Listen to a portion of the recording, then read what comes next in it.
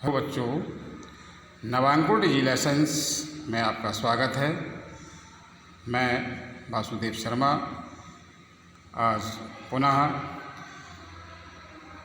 कक्षा 9 हिंदी क्षितिज के पार्ट कबीर की साखियाँ का सेकंड पार्ट शब्द के पदों की व्याख्या करने जा रहे हैं। और इसके जो कवि हैं संत कबीरदास जी हैं। कबीरदास जी ने साखियों के साथ साथ शब्द की भी रचना की है। तो अब हम इनके शब्द देखते हैं। शब्द इस प्रकार हैं। इन्होंने ये जो शब्द है इसमें प्रभु को तलाश करने से संबंधित और बताया है कि ईश्वर को मंदिर मस्जिद आदि जगह पर लोग ढूंढते फिरते हैं, जबकि प्रत्येक व्यक्ति की सांस में वह निवास करते हैं। ये इस तरह बताया है। तो हम देखे हैं शब्द लिखा हुआ है। मोह को कहाँ ढूंढे बंधे, मैं तो तेरे पास में, नामे देवल नामे मस्जिद, ना कावे कैलाश में। अर्थात यहाँ कबीरदास जी द्वारा ये कहा गया है कि ईश्वर कहते हैं कि मोह को माने मुझे तो कहाँ ढूंढता फिरता है, हे बंदे, बंदे माने भक्त, मैं तो तेरे पास में, अर्थात मैं तेरे पास रहता हूँ। ईश्वर का ऐसा कहना होता है भगवान का। नामे देवल नामे मस्जिद, देवल माने मंदिर में, मस्जिद यानी मुसलमानों का जो स्थान होता है अजान करने का, नमाज़ पढ़ने का। तो वह कहते हैं ना मैं मंदिर में बसता हूँ, ना मैं मस्जिद में रहता हूँ, ना कावे कैलाश में। कावा जो मुस्लिम लोगों को हमने पहले ही बताया था तीर्थ स्थान होता है। कैलाश हिंदुओं का कैलाश मानसरोवर तीर्थ स्थान है। तो वह कहते हैं ना मैं काबा वाले तीर्थ में रहता हूँ, ना मैं कैलाश तीर्थ में बसता हूँ। ना तो कौने क्रिया कर्म में, अर्थात वह कहते हैं ना मैं किसी भी टोने टोटके में या पूजन कर्म में, क्रिया कर्म में मिलता हूँ, ना योग वैराग में। और वह कहते हैं और मैं योगी लोग योग करते हैं, बड़े तपस्वी बनते हैं, और वैराग ले लेते हैं, यानी घर से दूर रहने का, तपस्या करने का। तो मैं योग या वैराग से भी प्राप्त नहीं होता हूँ। खोजी हों तो तुरते मिले हों। अब वो कहते हैं यदि सच्चे मन से यदि मुझे कोई खोजता है, खोज माने ढूंढना, प्राप्त करने के लिए, तो वह यदि मुझे प्राप्त करने के लिए यदि सच्चे मन से खोजते हैं तो तुरते मिले। तुरते माने तुरंत, शीघ्र, तुरंत ही मैं मिल जाता हूँ। पल भर की तलाश में, यहाँ क्या कहा है, पल भर की, यानी बिल्कुल थोड़े से समय में भी है। सच्चे मन से यदि मुझे कोई याद करे तो मैं थोड़ी सी तलाश में ही प्राप्त हो जाता हूँ। कहें कबीर सुनो भाई साधो। कबीरदास जी ने क्या कहा है, वह कहते हैं कि हे साधुओं सुनो और सज्जनों सुनो, सब श्वासों की सांस में, अर्थात मैं सभी व्यक्तियों के सांस में निवास करता हूँ। अर्थात प्रत्येक व्यक्ति के हृदय में मैं निवास करता हूँ। तो कवि का यहाँ ये कहना है कि मुझे यहाँ वहाँ जैसे ढूंढते फिरते हो उसकी आवश्यकता नहीं है आपको। आप तो यदि मुझे अपने हृदय में, यानी कि प्रत्येक सांस में मैं निवास करता हूँ, आपके हृदय में निवास करता हूँ। तो ये कबीर जी के शब्द रूपी पद थे।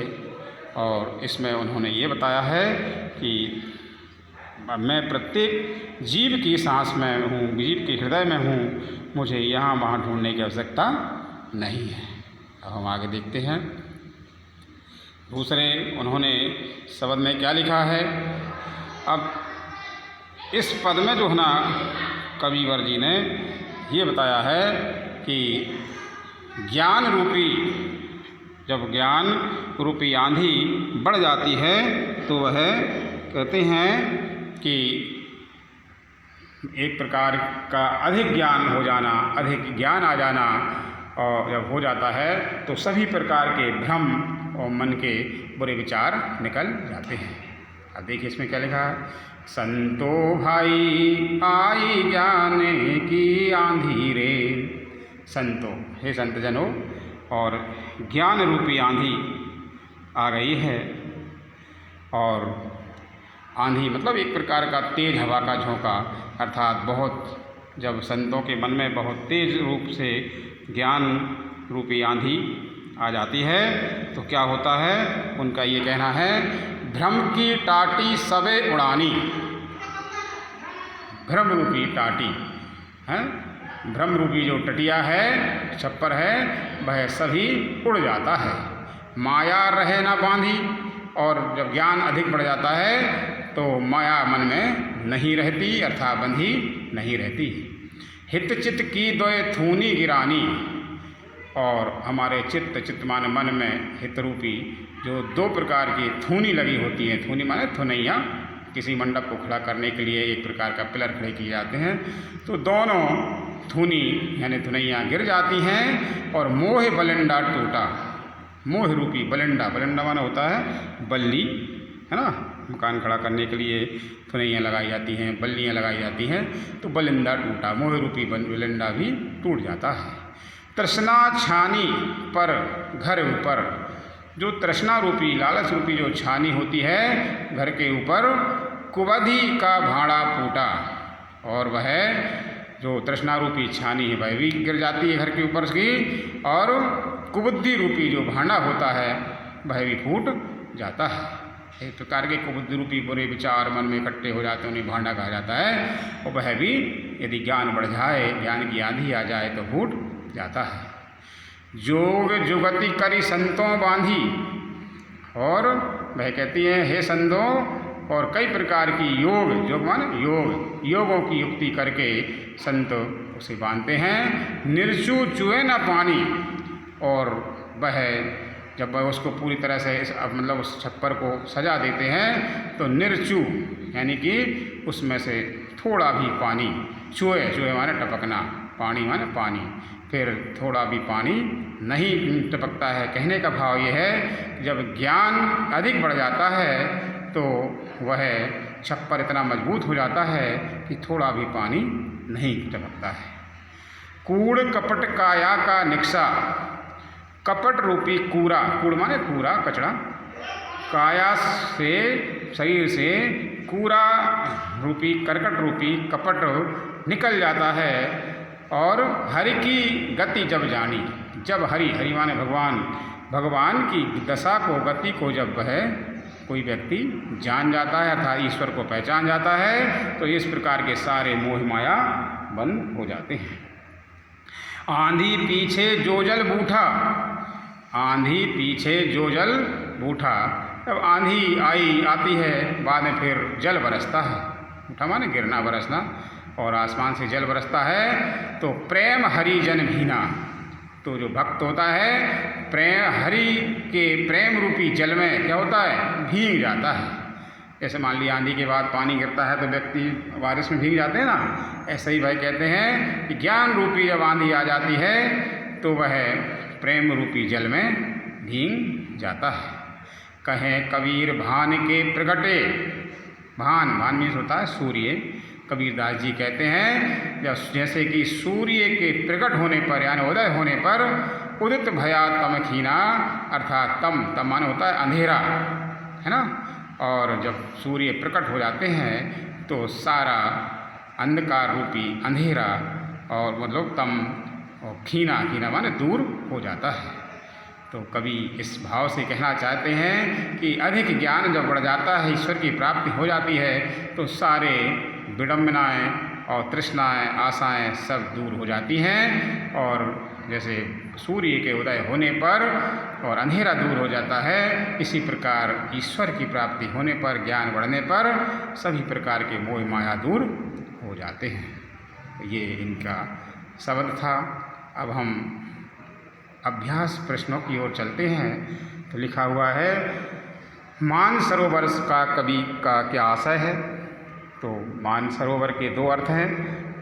एक पवित्र सरोवर जिसमें हंस विहार करते हैं, और दूसरा पवित्र मन या मानस।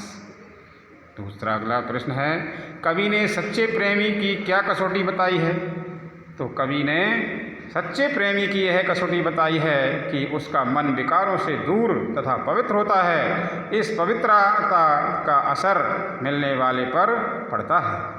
ऐसे प्रेमी से मिलने पर मन की पवित्रता और सारे पाप नष्ट हो जाते हैं। अर्थात कहने का भाव ये है, जब ईश्वर का सच्चा प्रेमी मिल जाता है तो मन के सारे पाप दूर हो जाते हैं।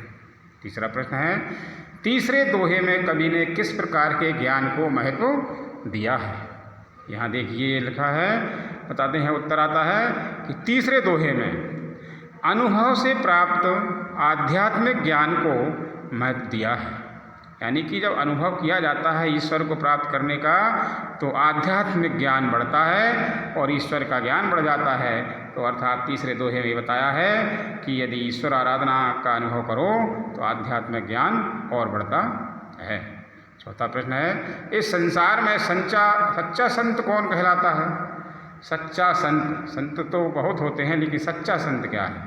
तो देखिए, हमने पढ़ा था, इस संसार में सच्चा संत वही है जो जाति, धर्म, संप्रदाय आदि के भेदभाव से दूर रहता है, तर्क वितर, बैर विरोध और राम रहीम के चक्कर में पड़े बिना प्रभु की सच्ची भक्ति करता है। ऐसा व्यक्ति ही सच्चा संत कहलाता है। पांचवा प्रश्न देखिए, अंतिम दो दोहों के माध्यम से कबीर ने किस तरह की संकीर्णताओं की ओर संकेत किया है? तो ये देखिए, इसमें है, जो अंतिम दो दोहे थे, कबीर ने निम्नलिखित संकीर्णताओं की ओर संकेत किया है। नंबर 1, अपने अपने मत को श्रेष्ठ मानने की संकीर्णता और दूसरे के धर्म की निंदा करने की संकीर्णता है। अपने अपने मत को श्रेष्ठ मानते हैं कुछ लोग, और दूसरे धर्म की क्या करते हैं? निंदा करते हैं। तो अंतिम दोहों में उन्होंने ये बताया है। ऊंचे, और दूसरा नंबर 2 है, ऊंचे कुल के अहंकार में जीने की संकीर्णता। तो व्यक्ति ऊंचे कुल में जब जन्म ले लेते हैं तो अपने आप में अहंकार आ जाता है, जबकि वो कार्य यदि अच्छे हैं तो ही अहंकार या अच्छे बनने की कोशिश करना चाहिए। अगला देखिए प्रश्न क्या है, किसी भी व्यक्ति की पहचान उसके कुल से होती है और उसके कर्मों से तर्क सहित उत्तर दीजिए। तो ये देखिए बिल्कुल स्पष्ट है कि किसी भी व्यक्ति की पहचान उसके कर्म से होती है, कुल से नहीं। कोई व्यक्ति यदि ऊंचे कुल में जन्म लेकर और बुरे कर्म करता है तो वह निंदनीय होता है। इसके विपरीत यदि साधारण परिवार में जन्म लेकर और कोई व्यक्ति यदि अच्छे कर्म करता है तो समाज में आदरणीय बन जाता है। सूर, कबीर, तुलसी और अनेकानेक ऋषि मुनि साधारण परिवार से थे, उनके जन्म हुए थे, अच्छे कर्मों से आदरणीय बन गए, और इसके विपरीत कंस, दुर्योधन, रावण आदि बुरे कर्मों के कारण निंदनीय हो गए। तो ये तर्क सम्मत उत्तर था, है ना। अगला देखें क्या लिखा है, काव्य सौंदर्य स्पष्ट कीजिए। लिखा है, हस्ती चढ़िए ज्ञान को सहित दुली चाडार, स्वान रूप संसार है भूकंदे झकमार। इसमें काव्य सौंदर्य हम देखते हैं कि इसमें बताया है कि कवि ने एक सहस्त्र चित्र उपस्थित किया है, सहज बाधक साधक मस्ती से और हाथी पर चढ़े हुए जा रहा है। संसार भर के कुत्ते भौंक भौंक कर शांत हो रहे हैं, परंतु वे हाथी का कुछ बिगाड़ नहीं पा रहे हैं। यह चित्र निंदकों पर व्यंग है और साधकों के लिए प्रेरणा है। सांग रूपक अलंकार का कुशलतापूर्वक प्रयोग किया गया है। ज्ञान रूपी हाथी बताया है, सहज साधना रूपी दुलीचा है, निंदक संसार रूपी स्वान है और निंदा रूपी, है ना, और भौंकना बताया है। झकमार एक मुहावरे का सुंदर प्रयोग है। स्वान रूप संसार है, एक सशक्त उपमा प्रदान की गई है। तो ये प्रश्न थे साखियों से संबंधित। अब हम शब्द के प्रश्नों को देखते हैं। तो अगला जो पद है इनका शब्द, तो शब्द में दिया है मनुष्य को ईश्वर कहाँ कहाँ ढूंढता फिरता है? तो ये अभी हमने पढ़ा, मनुष्य अपने धर्म संप्रदाय और सोच विचार के अनुसार ईश्वर को मंदिर, मस्जिद, काबा, कैलाश जैसे पूज्य स्थानों और धार्मिक स्थानों पर खोजता है। ईश्वर को पाने के लिए कुछ लोग योग साधना करते हैं, कुछ सांसारिक दूर से वैराग हो जाते हैं और इन क्रियाओं के माध्यम से ईश्वर को पाने का प्रयास मनुष्य करता है। अगला प्रश्न है, कबीर ने ईश्वर प्राप्ति के लिए किन किन प्रचलित विश्वासों का खंडन किया है? तो इसका उत्तर है, कबीर ने और ईश्वर प्राप्ति के विचलित विश्वासों का खंडन किया है। उनके अनुसार ईश्वर ने ना मंदिर में है, ना मस्जिद में है, ना काबा में है, ना कैलाश आदि तीर्थ यात्राओं में है। वह ना कर्मकांड में है मिलता है, ना योग साधना में मिलता है, ना वैराग्य मिलता है। ये सब ऊपरी दिखावे ढोंग है और इनमें मन लगाना व्यर्थ है। अर्थात कवि का कहना यह है कि ये अन्यत्र नहीं मिलता और वह तो प्रत्येक जीव के श्वास में और वास करता है, हृदय में वास करता है। अगला प्रश्न है, कबीर ने ईश्वर को सब सांसों की सांस में क्यों कहा है? तो ये कहने का भाव ये है, बस केवल कबीर का मानना था कि ईश्वर घट घट में समाया है, यह प्राणी हर सांस में समाया हुआ है, उसका वास प्राणी के मन में ही निवास करता है। अगला प्रश्न है, कबीर ने ज्ञान के आगमन की तुलना सामान्य हवा से कर आंधी से क्यों की है? तो ये बताया है कि कबीर के अनुसार जब प्रभु ज्ञान का आदेश होता है तो उसका भाव प्रभाव चमत्कारी होता है और उससे पूरी जीवन शैली बदल जाती है, सांसारिक बंधन पूरी तरह कट जाते हैं। यह परिवर्तन धीरे धीरे नहीं होता बल्कि एकाएक पूरे वेग से होता है, इसलिए उसकी तुलना सामान्य हवा से ना करके आंधी से की गई है। अगला प्रश्न है, ज्ञान की आंधी का भक्त के जीवन पर क्या प्रभाव पड़ता है? तो ये देखिए, ज्ञान की आंधी से भक्त के जीवन पर अनेक प्रभाव पड़ते हैं। नंबर 1, भक्त के मन पर छाया अज्ञानता का भ्रम दूर हो जाता है। भक्त के मन का कूड़ा करकट, लोभ, लालच आदि निकल जाता है। मन में प्रभु भक्ति का भाव जगाता है और भक्त का जीवन भक्ति के आनंद में डूब जाता है। तो इस प्रकार ये प्रश्नों के उत्तर हुए और अब हम अगले लेसन में आपसे पुनः मुलाकात करेंगे। तब तक के लिए आप सभी से विदा लेते हैं और